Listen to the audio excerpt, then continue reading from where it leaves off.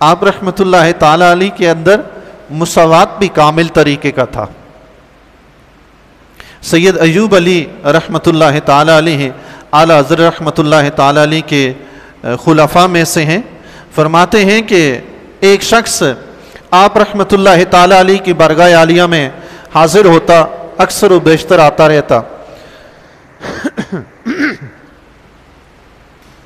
آپ رحمۃ اللہ تعالی علیہ بھی کبھی کبھار اس کے گھر تشریف لے جاتے۔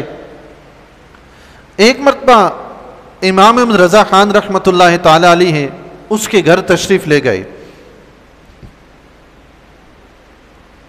آپ چارپائی پہ بیٹھے ہوئے تھے۔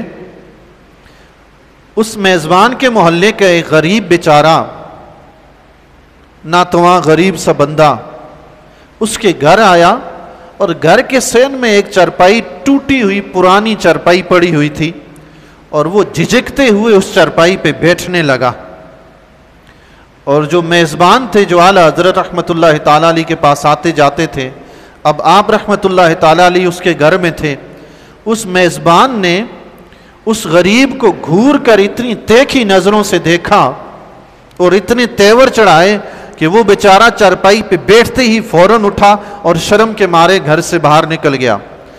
اعلیٰ حضرت امام اہل سنت رحمۃ اللہ تعالی علیہ کو اس کی یہ بات بڑی ناگوار گزری، لیکن خاموش رہے۔ آپ رحمۃ اللہ تعالی علیہ واپس اپنے گھر تشریف لائے۔ کچھ دنوں کے بعد وہ صاحب پھر اعلیٰ حضرت رحمۃ اللہ تعالی علیہ سے ملنے کے لیے تشریف لائے۔ اعلیٰ حضرت رحمۃ اللہ تعالی علیہ نے اپنے ساتھ چارپائی پہ انہیں بٹھایا کہ یہاں بیٹھو۔ وہ بیٹھ گئے۔ ابھی وہ بیٹھے ہی تھے کہ اتنے میں اعلیٰ حضرت رحمۃ اللہ تعالی علیہ کا حجام آ گیا، جو آپ کی حجامت بنانے کے لیے آیا تھا۔ اس نے دیکھا کہ کہیں بیٹھنے کی جگہ نہیں ہے، کھڑا تھا شش و پنج میں، دیکھ رہا تھا کہ کہاں بیٹھوں۔ تو اعلیٰ حضرت رحمۃ اللہ تعالی علیہ نے اشارہ کیا اپنی چارپائی پہ، فرمایا ان کے ساتھ ادھر بیٹھ جاؤ، مسلمان آپس میں بھائی بھائی ہیں، تم بھی یہاں بیٹھ جاؤ۔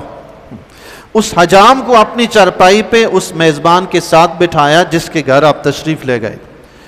اس آنے والے شخص کو اعلیٰ حضرت رحمۃ اللہ تعالی علیہ کی یہ بات بڑی ناگوار گزری۔ تھوڑی دیر کبیدہ خاطر ہو کر بیٹھا اور پھر اٹھ کر چلا گیا۔ کافی دن وہ آیا نہیں۔ اعلیٰ حضرت رحمۃ اللہ تعالی علیہ نے فرمایا کہ وہ فلاں صاحب جو میرے پاس آتے تھے کافی دن ہو گئے آئے نہیں۔ کسی نے کوئی جواب نہیں دیا۔ پھر خود امام اہل سنت امام احمد رضا خان رحمۃ اللہ تعالی علیہ نے فرمایا ٹھیک ہے، اگر وہ نہیں آیا تو ایسے متکبر مغرور شخص سے میں بھی ملنا گوارا نہیں کرتا۔ اللہ اکبر! جو ایک غریب کو اپنے گھر کی چارپائی پر نہ بیٹھنے دے۔